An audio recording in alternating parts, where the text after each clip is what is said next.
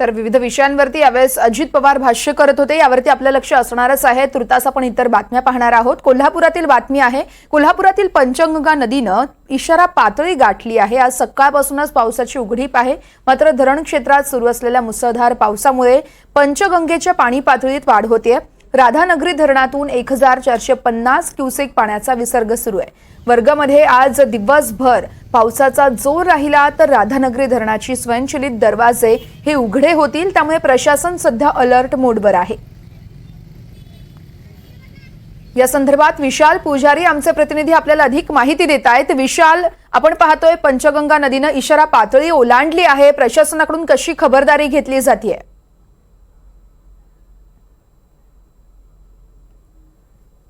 तिनं इशारा पातळी गाठली आहे। गेल्या अनेक दिवसांपासून याची चर्चा असायची।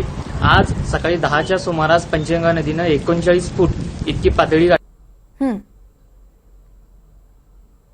तर काही तांत्रिक कारणांमुळे विशालचा आवाज आपल्यापर्यंत पोहोचू शकत नाहीये। मात्र मुसळधार असा पाऊस होतोय आणि यामुळे त्या ठिकाणच्या नेटवर्कवर देखील जास्त परिणाम होत असल्याचं पाहायला मिळतंय। कोल्हापुरातील पंचगंगा नदीनं इशारा पातळी गाठली आहे। आज सकाळपासूनच पावसाची उघडीप ही सुरू आहे। पुन्हा एकदा जाऊयात आमचे प्रतिनिधी विशालकडे। विशाल, वर्षा, कोल्हापुरात आज सकाळपासून पावसानं उघडीप दिली। मात्र पंचगंगा नदीनं इशारा पातळी जी आहे ती गाठलेली आहे। तिनं इशारा पातळी जी आहे ती गाठलेली आहे।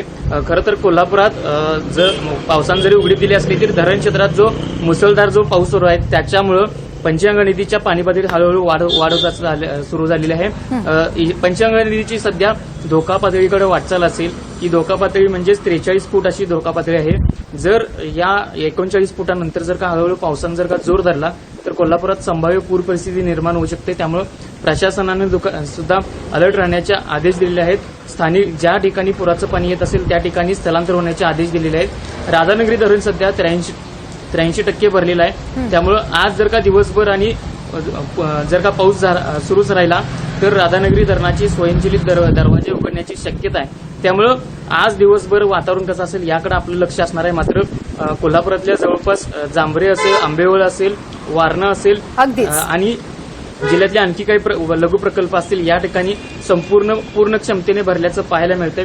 वारणा धरणातून पूर्ण क्षमतेनं पाणी बाहेर पडल्याचं सुद्धा पाहायला मिळतंय। काही ठिकाणी ओढ्या नाल्या भरून जात आहेत। त्यामुळं काही ठिकाणचे मार्ग जे आहेत ते मार्ग सुद्धा बंद झालेले आहेत। जवळपास जिल्ह्यातले 7 राज्यमार्ग आणि 15 जिल्ह्यातील मार्ग जे बंद झाले आहेत त्यामुळं वाहतूक व्यवस्था सुद्धा विस्कळीत झाल्याचं पाहायला मिळतंय।